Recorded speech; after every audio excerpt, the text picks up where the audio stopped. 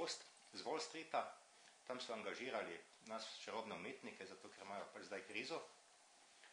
In sicer $10 pa €10. In na Wall Streetu lahko seveda investiraš, vložiš $10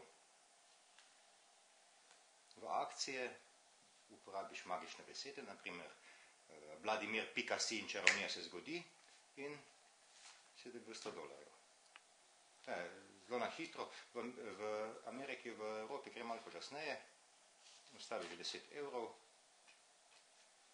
uporabiš magične besede, Vladimir Pikasi in čarovnija se zgodi in si dobil še vedno €10, ja.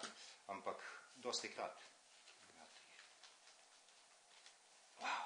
To je bila prva čarovnija našega najbolj znanega mariborskega čarodeja, pa ne samo mariborskega, tudi bi rekli v Sloveniji in v Evropi, pa tudi v svetu poznanega, Magic Vladimirja in tistega, ki smo ga v Mariboru poznali tudi po Magiborju, ki ga pa letos žal ni bilo. Torej, Magibor je sicer letos bil, bila je ena predstava v okviru Lenta.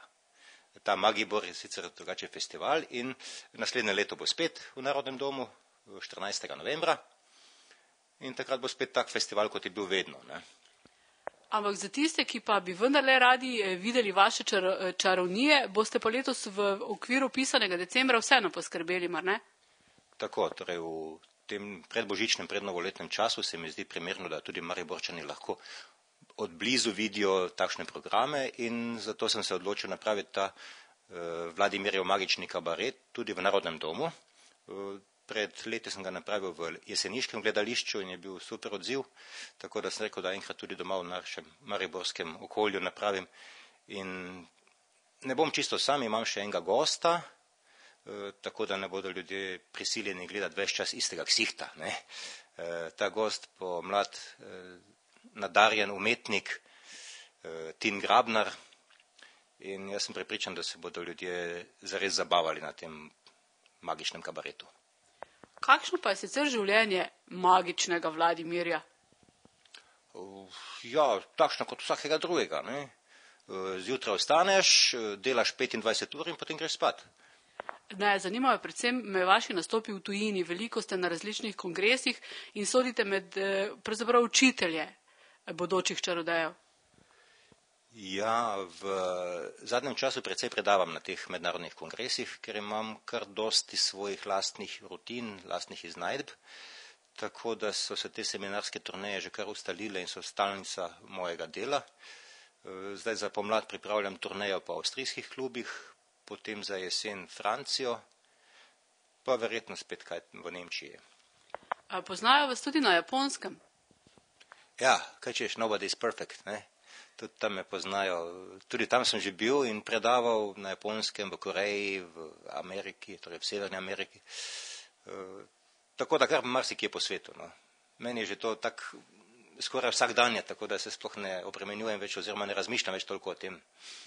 Pa vendarle je tudi vaša knjiga, mislim, da je šla v japonščini in da je bila pravzaprav razprodana. Ja, to sem imel pravzaprav srečo, ko sem bil na japonskem kongresu, so seveda to prevedli, ta moj seminarski zvezek ali skripto bi rekli, in je bilo res razprodano takoj, prav začudilo me je, ker je bilo tam na tistem kongresu skoraj malo udeležencev in je bilo 90% teh udeležencev, ki so to kupili, tako da je to enormno, ne? Navadno se dogaja, da je tam 20-30%, ki kupijo.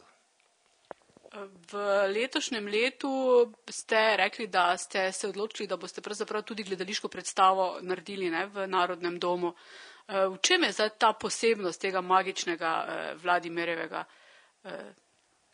Tega kabareta. Pravzaprav ni tako gledališka predstava, kot bi si mislil nekdo za neko gledališko zgodbo, ampak je pa kombinacija vseh teh estradnih umetnosti, kot je trebušnega govora, stand-up komedije, kabaretizma, pantomime in pa seveda iluzionizma. Kako pa je med mladimi Slovenci oziroma med Slovenci sicer zanimanje za to postati čarodej? Vedno večje. Odkar je internet, vsi preko interneta poskušajo najti neke poti, se izobražujejo, odkar so možnosti preko interneta videti tudi videoposnetke, pa to fantastično. Pa ne pomeni to, da se je treba zdaj še bolj recimo pripravljati te trike, da morajo biti še bolj skrivnostni, da se tako hitro ne odkrijajo? Pa pravzaprav ne. Ni to tako, ker triki pravzaprav niso toliko pomembni. Ne? V osnovi je 14 trikov, te uporabljamo in to je vse. Vse so kombinacije in navadno je važna rutina oziroma pristop ali pa rečemo temu zgodba tistega trika. Ne? Ker isti trik lahko uporabiš v 10 različnih zgodbah. Ne? Važna je zgodba, važno je, da trik uporabiš, da bi ljudi zabaval, ne da ga uporabiš za to, da bi dokazoval, da nekaj znaš. Kje pa v Sloveniji pravzaprav lahko nastopate? Ja, torej v Narodnem domu je zelo fino, ker je vodstvo navdušeno nad tem oziroma hoče sodelovati. Drugače v kakšnem gledališču tudi lahko. Največ pa nastopam zdaj v decembrskem času za podjetja, ki imajo prednovoletne predbožične zabave, ker je to najbolj primerna takšna predstavitev oziroma takšna predstavica za take skupine.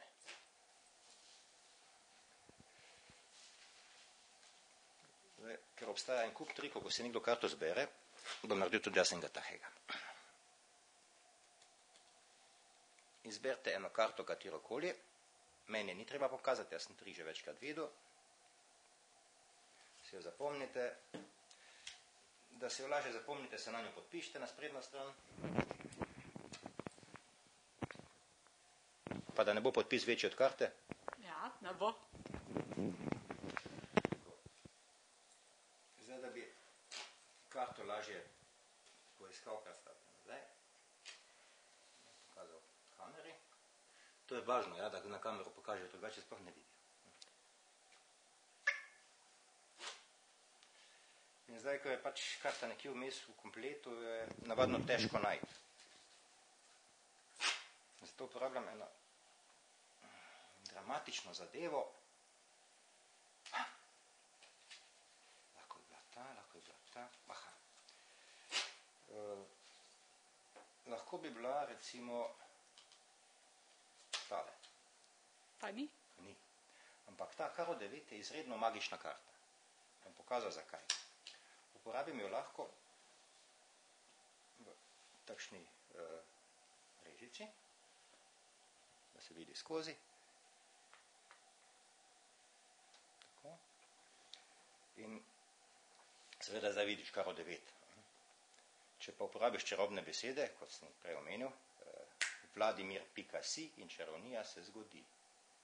Se karta spremeni v to izbrano karto. Evo, en suvenir ti poklanja Vladimir.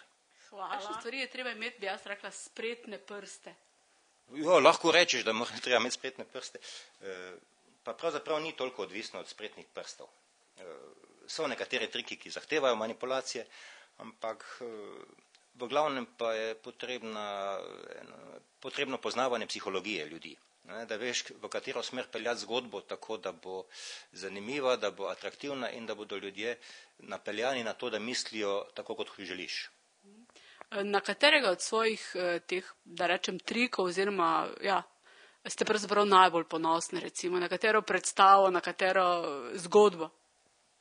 Pa obstaja en trik, ki ga delam tudi v tem magičnem kabaretu.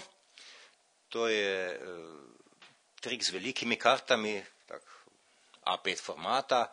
Ko se nekdo karto zbere, se na njo podpiše, potem ta karta zgine in se pojavi v enem balonu. Ponosen pa nam ga zaradi tega, ker sem zaradi njega bil diskvalificiran na tekmovanju v Angliji, v Londonu. In sicer zato, ker so člani žirije mislili, da sem dogovorjen s publiko, kar pa ni bilo res. In s njim šele 3 mesece kasneje v bistvu imel priložnost dokaza, da so se zmotili, ko sem naredil svojo seminarsko turnejo in tudi ta trik razkril. In zaradi tega mi je bilo to pravzaprav v velik ponos, da so me diskvalificirali najprej, kljub temu, da sem takrat bil jasno slabe volje in jezen in besen, ker nisem tudi nagrade mogel dobiti in tako. Ne. Ampak kasneje sem videl, da je bil trik izredno dobro dodelan. So se vam opravičili? Ne, to ne, to je jasno, da ne, ker se tudi ni bilo tako uradno, da si diskvalificiran. Samo, če imaš od 7 članov žirije pri 5 nič točk, od 100 možnih, potem je to jasno, ne. Rekli ste, da za prihodnje leto pripravljate turneje nove? Ja, torej ta seminarska turneja po Avstriji je v ospredju, ne. To je kar precej, ker v Avstriji je dosti klubov in je treba potem v vsakem klubu ta seminar opraviti, predavati in takrat dosti dela, ne. Dobro, dela vam ne bo zmanjkalo? Pa jaz mislim, da brez dela so samo le nobe.